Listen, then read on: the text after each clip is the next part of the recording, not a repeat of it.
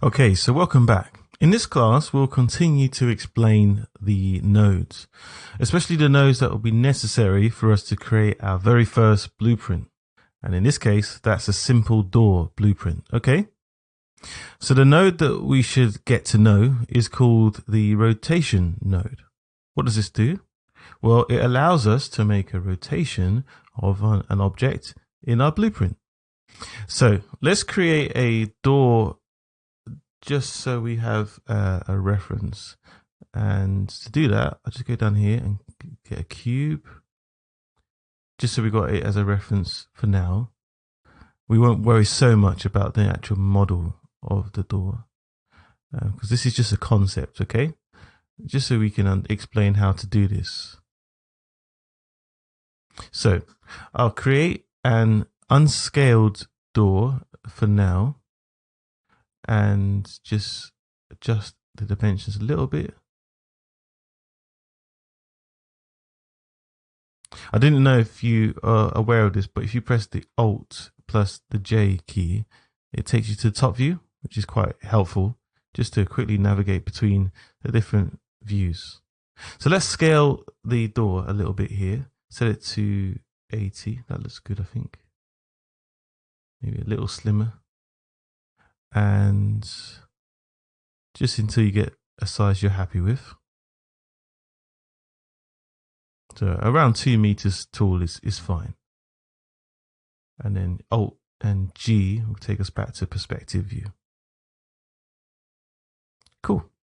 So here we have our door. Okay.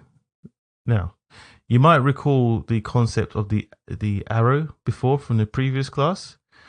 We can see that the pivot point at the moment is in the middle.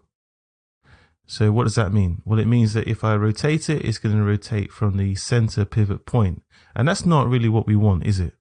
So you can either change the pivot, or as I like to do, you can change it using the arrow, okay? So the one that we looked at in a previous class, our reference vector. So let's add that in here and go down to the arrow type. So now there we have our arrow in our scene, our visual representative. So what we just need to do is place our door on the arrow. So arrow goes above the actual static mesh, the cube, just so it takes control. And let's just rename it to door. It's a bit easier, isn't it? So we have arrow above the door, and now we can move the arrow and the door to be in the correct position. Because once it's like this, it means it's going to rotate, but it's not aligned properly. So let's just click on the door and move the door to the right position of the arrow. Okay, so we want to make sure it lines up with where the hinge would be on the door. Just about there, wouldn't it? Okay, see that?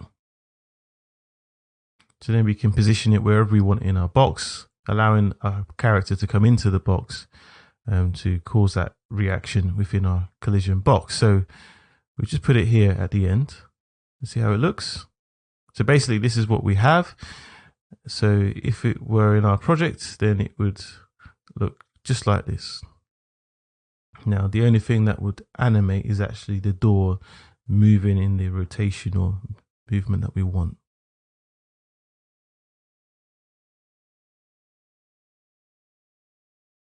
So it's important to remember that if you're using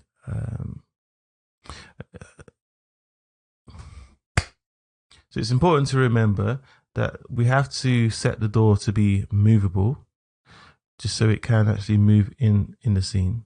Let's make our first node though. So far we've been looking at the theory of things, haven't we? Now we need to start to move things around. No, we don't need this anymore. We've already tested the begin overlap and the end overlap. So now we'll talk about the rotation node. So there are two types of nodes I can show you in the rotation. I'll show you what they are. Let me enable context sensitive as well so you can see them all. So remember that the concept we talked about in terms of variables, where we were able to use get and set, well, we'll be using set on this occasion. And that is a concept that allows us to set something in our scene. So what will we do? Well, we already have a physical element, don't we, which is our door. What we're going to do is we'll set a new rotation. So it has its own rotation element so that we can control. In this case, at position 0, 0, 0, we'll set up a new rotation to our object, okay? And that's why we call it set, because in effect, we're going to set the rotation. Okay, so if we type set rotation,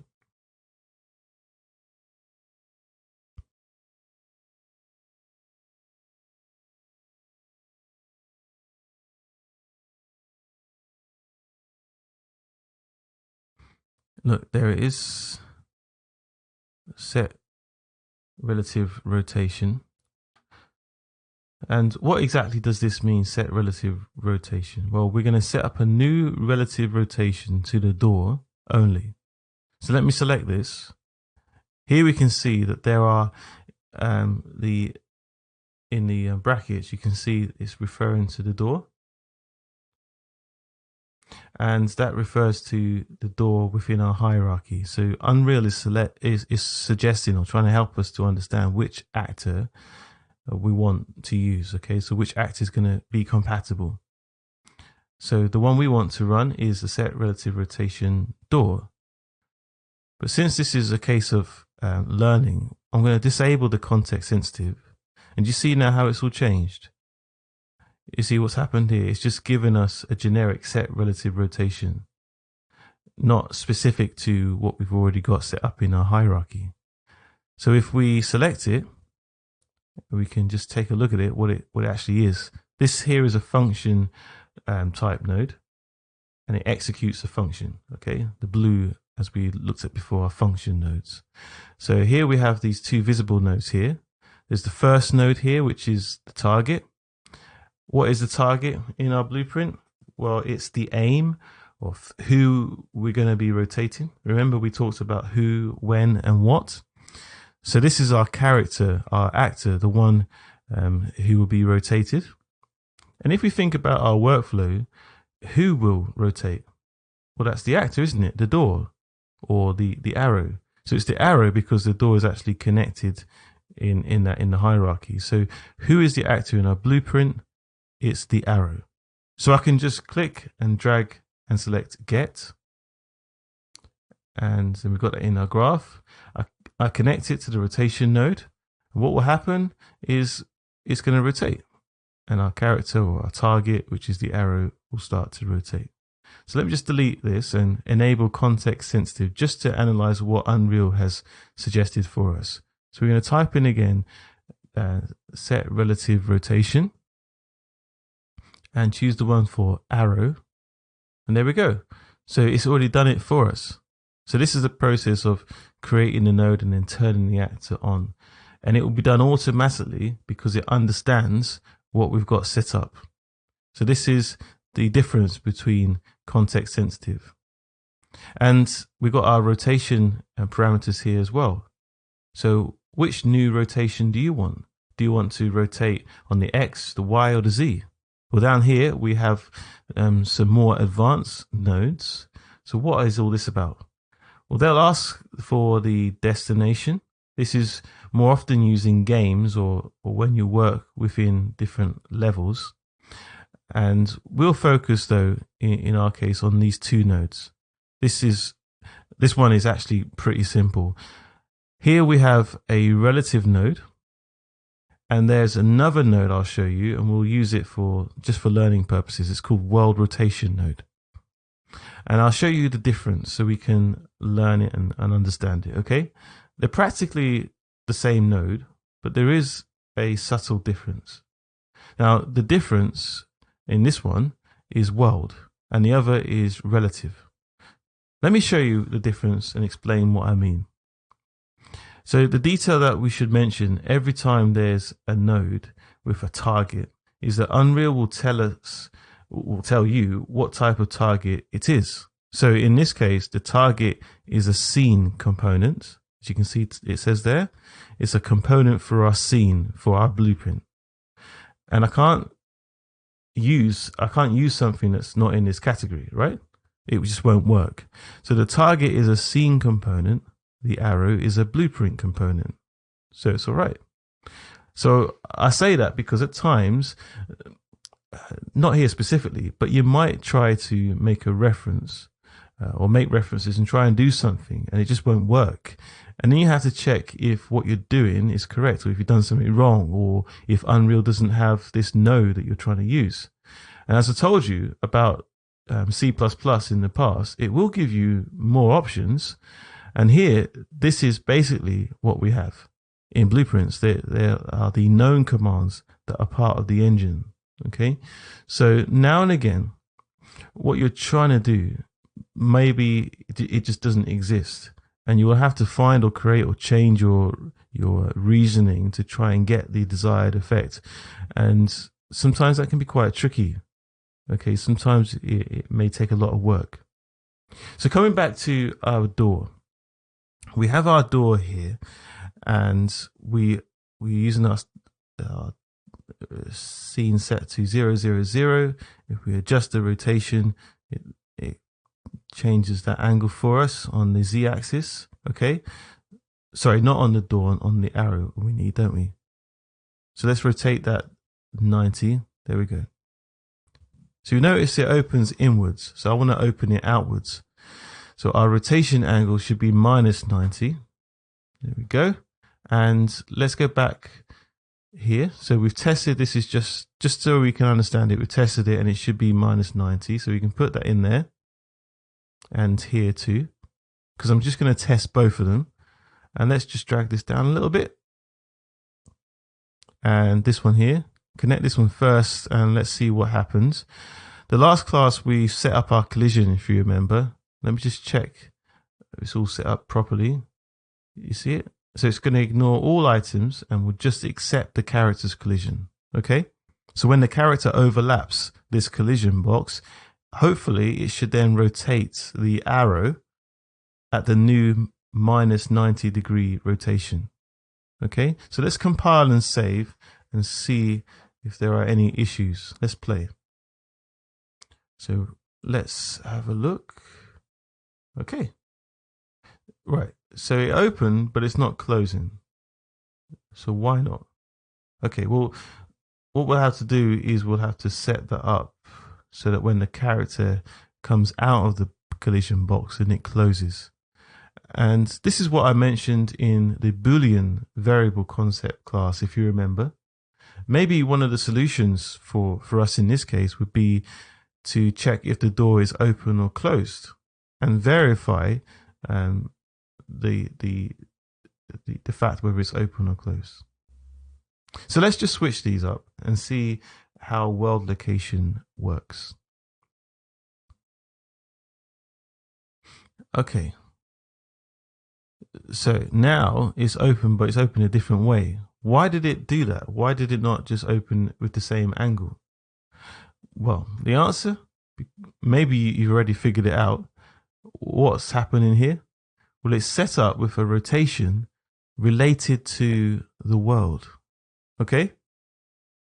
So it's a rotation related to the world, to the overall coordinates within our world. So within the overall coordinates of our scene, the -90° angle should be in this direction. So why is that? Because here our blueprint is rotated. Now, let me go back so you can see it. Let's walk by. And now it opened correctly. So that's because -90° for this box represents this position. Okay? So that's the difference between the world and the relative and different nodes.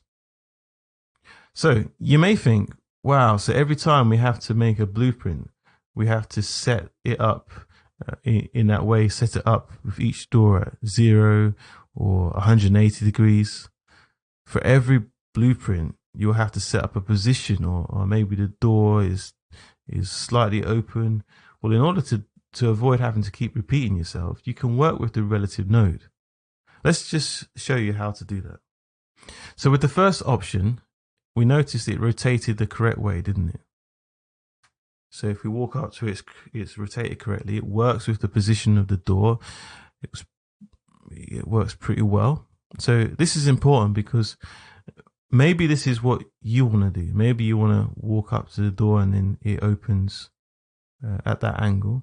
Or maybe you can only use world rotation, perhaps. Well, no matter what position it's in, then you may decide to use relative rotation.